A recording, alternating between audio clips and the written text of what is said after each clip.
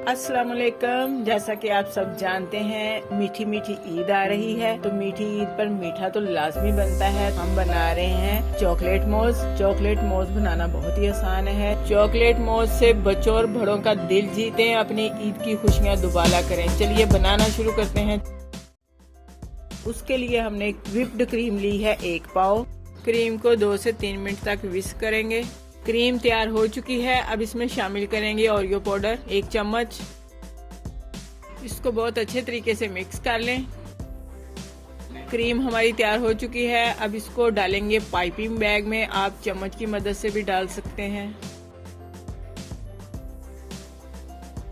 चलिए सर्विंग शुरू करते हैं। इसको बनाकर 2 से 3 घंटे तक फ्रीज करें, फिर एंजॉय करें।